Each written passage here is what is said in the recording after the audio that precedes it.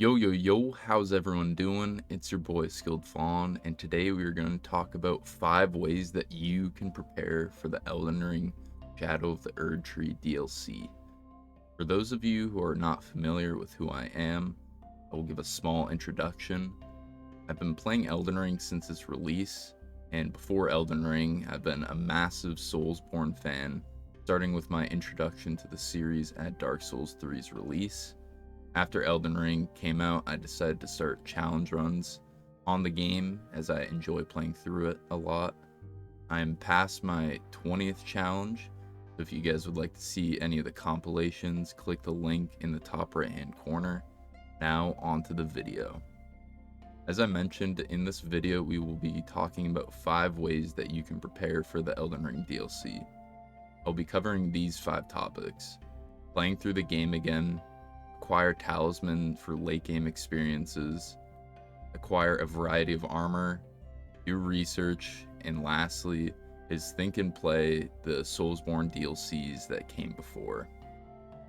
If the player is able to complete one or more of these, then they will be more prepared to handle the enemies, environments, and bosses that the DLC brings. So our first talking point will be about playing through the game again.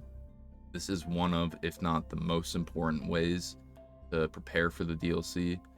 If you are able to play through the game one time or even 50 plus times, this will greatly help you as you will gain more experience, which in turn makes you a better player.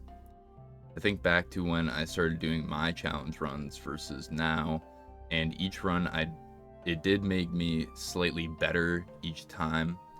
Also, each time I did play, I learned something new or, found a new area, and this helped me to get a lot more familiar with the game, its locations, and the various weapon locations. I know that some people will not have the time for many different playthroughs of the game, and so that is why I included such a low number, because experience is experience. Regardless of how many playthroughs you are able to complete, they will help you even if it's not multiple playthrough experience. If the player is able to complete this, then they will be more prepared to handle the enemies, environments, and bosses that the DLC brings. Up next, we have another way to prepare for the Elden Ring DLC would be to acquire talismans that the player has not yet acquired. I am especially talking about talismans that are great for late main game content. These late game talismans will also be very useful for the DLCs, as these bosses will have more health and deal more damage than the main game bosses. So starting off, we have the Ritual Shield Talisman, which gives 10% extra bonus damage at max HP. Following that, we have the Ritual Shield Talisman, which is 30% damage reduction when at max HP.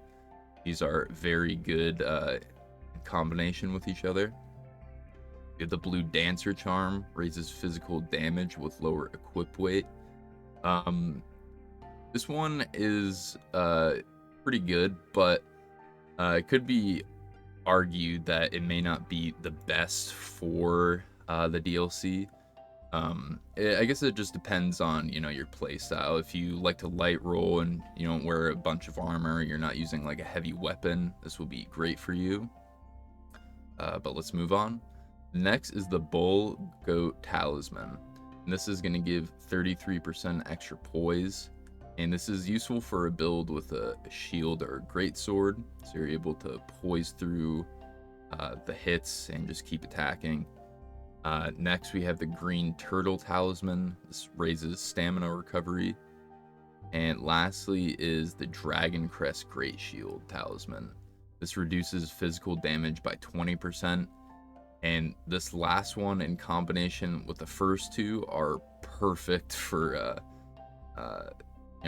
type of defensive playstyle, which is usually what I like to do.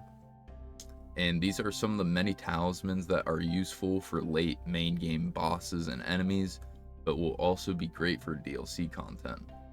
If the player is able to complete this, then they will be more prepared to handle the enemies, environments, and bosses that the DLC brings. The next way to prepare for the DLC is by acquiring a variety of armor sets. Armor is used in Elden Ring to negate physical damage or damage infused with frost, bleed, etc. The higher the player's resistance to that damage type will result in less damage taken. Having a variety of armor sets will allow the player to swap out armor sets pre-boss fight to optimize their damage reduction. As I mentioned with my second method for preparation, Talismans in combination with armor have great synergy to help the player offensively and defensively. The possibilities of the DLC are endless. Make sure you are getting ready. If the player is able to complete this, then they will be more prepared to handle the enemies, environments, and bosses that the DLC brings. Second to last way to prepare for the DLC would be to do some research. Researching the lore, locations within Elden Ring, weapons, armor, etc. will help the player be more familiar with the game. It will also help to know certain advantages and disadvantages that each previously mentioned topic brings. Whether this research is for the lore of the main game, predictions of the DLC's lore, weapons, armor, or something else, this will help. The last and final point I want to make ties into this topic. If the player is able to complete this, then they will be more prepared to handle the enemies, environments, and bosses that the DLC brings. The last point that I want to bring up connects to the previous point I brought up, and that is players should compare and contrast the previous Soulsborne DLCs to see how they improve the lore, step up or down from the main game, and the level of content. For Elden Ring's DLC, it seems with the information we've been given that the DLC will have more than 10 plus bosses and be bigger than Limgrave. Limgrave is a decently sized open world area, and so I'm excited to be able to witness the scenery when it arrives. Also, with each DLC from DS1 to DS3 to Bloodborne to Elden Ring, each DLC got more grand and more detail was added. It seems with each DLC FromSoft like to make it bigger and more refined to ensure the best possible product. If the player is able to complete this, then they will be more prepared to handle the enemies, environments, and bosses that the DLC bring. These are some of the many ways to prepare for the Elden Ring DLC. Hope this is helpful to you and your quest of completing the DLC. If this did help you, feel free to like, comment, and or subscribe to help support the channel. Stay safe, and I'll see you guys soon. Try and do something nice for someone today if you can. And this is your boy, Skilled Fawn, and I'm out.